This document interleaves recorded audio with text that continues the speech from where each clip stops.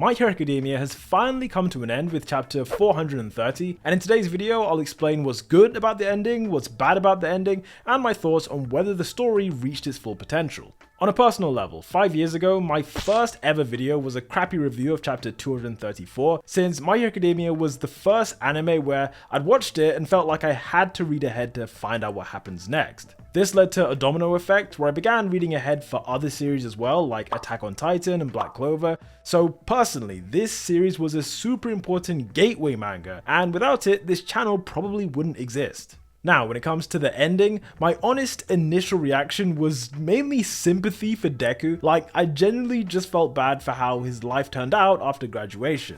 As a quick recap for those of you who might not have seen the ending, the final chapter begins with Midoriya in his 20s having now become a teacher at UA.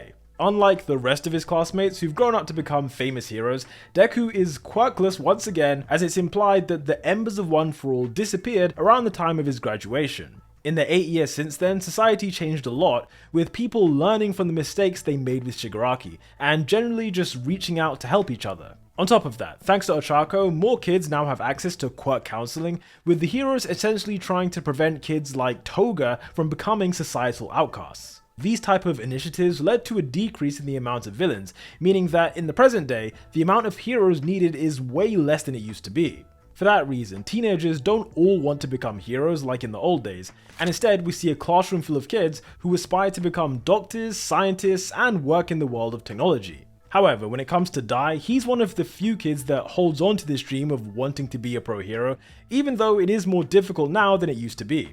As the chapter then progresses, we see Deku walking home from his 9-to-5 job, admitting that since graduation it's been hard to meet up with his friends, given that their schedules never seem to line up. During this scene, the background shows that Tokoyami and possibly Invisible Girl have their own merchandise for sale, implying that on top of being famous, they're also probably pretty rich as well. From Midoriya's perspective, although he's happy for everyone's success, he does confess that he misses being a hero, but without a quirk, the next best thing he can do is inspire others to reach that dream.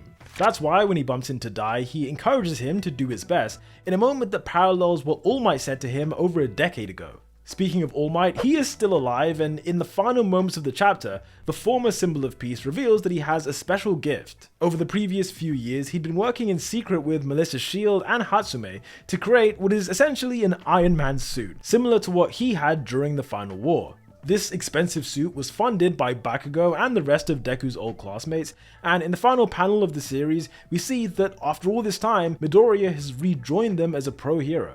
Having had some time to think about this ending, I made a list of the good and the bad, and in the interest of positivity, let's start by talking about what worked. Firstly, the long-lasting impact that Deku had on society, that was amazing, because from the beginning of the series, he was one of the few true heroes that wasn't really interested in money or fame or legacy. He legitimately only wanted to reach out and help people, and that mindset is now something that's been adopted by the whole of society. The best example of this is how, on the first page, one of Deku's students at UA is the same guy who was locked in the basement by his own family. In the past, this is the type of mistreated outcast that would have the potential to be the next Shigaraki. But thanks to the example that Midoriya set for everyone, he wasn't ignored by society like Tenko. As a side note, I love that Kota is now a student at UA, because longtime fans of the channel will remember that I made that theory video about what a sequel series could look like, and yeah, him joining the school was one of those ideas. Something else I liked that is also kind of a criticism is that I'm super glad we got this 8-year time skip, but part of the reason I'm so glad is that My Hero has been awful when it comes to pacing. What I mean by this is that in chapter 5 we see Midoriya enter his first year at school, and literally it isn't until chapter 424 that we see him finally, entering for his second year. For all of these events to take place within a single school year, and for Deku to master all those quirks and then lose them in such a short space of time, I really felt like Horikoshi could have spread this out over a longer period. His unwillingness to spread things out is why I wouldn't have been shocked if the series ended without showing us the future. So yeah, I'm grateful that we at least got to see the kids as pro heroes and see how much the world had changed. Lastly, in no particular order, here are some small details that I liked about the ending. 1. Mirio being the #1 hero was amazing, especially since Aizawa predicted it all the way back in Season 3. For his sake though, I really hope there is never another Shigaraki level threat, because, now that we don't have One for All, I'm not sure this would be enough. 2. The design of these two buildings did make it seem like Jiro and Kaminari have their hero agencies right next to each other, which is the closest thing we got to confirming any ships. 3. The way that Dai became a parallel of young Deku was pretty cool, and their interaction showed us that, despite not being a hero like the others, there are still kids who look up to him. 4. Grown-up Midoriya still writes in his notebook, confirming that this is who he's been narrating to since the beginning of the series. 5. Although this series was usually afraid to kill anyone important, I was still genuinely happy to see All Might in his old age. The fact he survived till the end isn't something we expected many years ago, but I'm glad it happened, especially since we got this page. Out of every page in the ending, this is the one that really made me feel something. I think it's the combination of Bakugo reaching out to him and, the significance of that, All Might offering him a second chance, after doing the same thing all that time ago, and Deku's realization that his classmates hadn't forgotten about him. They hadn't fully left him behind, and they've been thinking about him this whole time. Todoroki especially, because in his final panel, everyone's looking forward, but he's looking at Deku. He's like, I'm so glad you're finally back. However, this brings us to the downsides of the ending, which is that Midoriya never should have been in this position in the first place. Throughout My Hero Academia, there are several characters like Aizawa, Mirio, Naitai, who still fight crime without any physical enhancements, and even in the spin-off manga, Knuckle Duster could go up against villains even without a quirk. After Midoriya spent 3 years on the best hero course in Japan, in my opinion it's criminal that someone like Midoriya would just give up on his dream after graduation. An ending like that might have been acceptable if being a teacher was his dream job, but the chapter makes it clear time and time again that no, his true aspiration is still to be a pro hero. Yet after everything he learned during his 3 years at UA, he didn't think he could do it. Now, putting that to the side, let me know in the comments what was your reaction to Midoriya becoming quirkless for a second time. For me, I did actually like how he used One for All to defeat All for One, but realistically, I don't think it had to end like this. As an example, it was already established in this universe that quirk factors can be replicated, and the guy who knows how to do it was currently in police custody. This is just my preference, but if the heroes had anyone who was on Dr. Garaki's level, then either Deku could have mastered a new quirk by now, or they would have found a way to maintain that ember of One for All. Instead, despite this technology existing and being a thing that, can actually happen, the heroes didn't find a way to do it themselves, or rather they didn't find a way to do it in an ethical way. And as a result, Deku has the suit, which, obviously a suit is better than nothing, but for me, a quirk would have been just so much better. Also, we can't forget that the current #1 hero is someone who lost his quirk and then had it given back to him. So I find it interesting that the actual main character of the series wasn't given that same grace.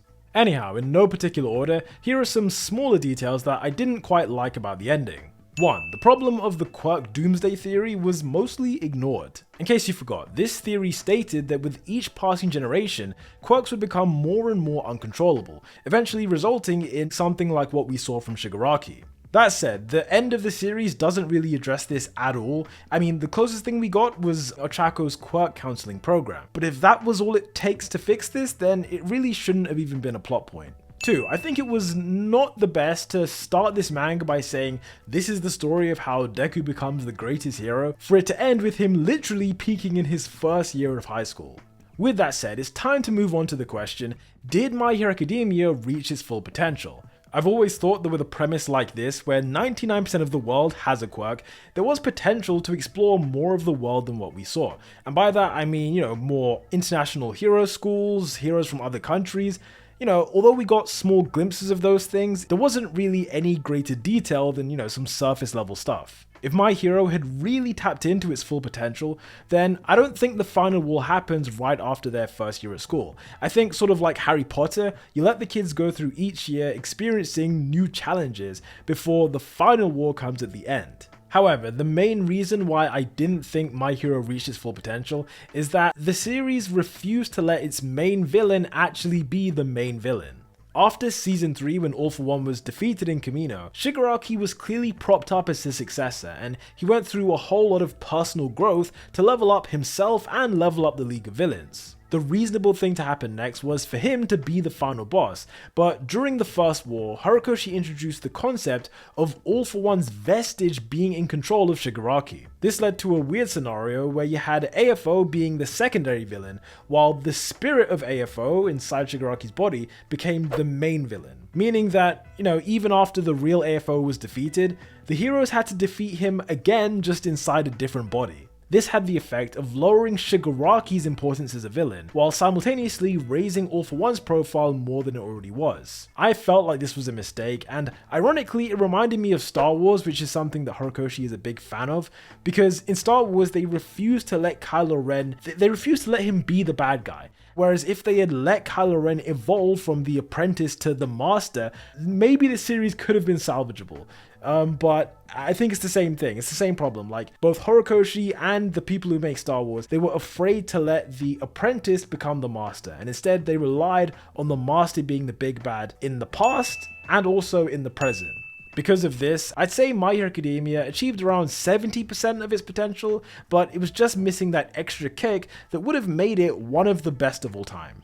Of course, this is just my opinion. As always, let me know what you guys think down below, and be sure to subscribe as I have a surprise video coming in a couple of weeks. Until the next one, peace out.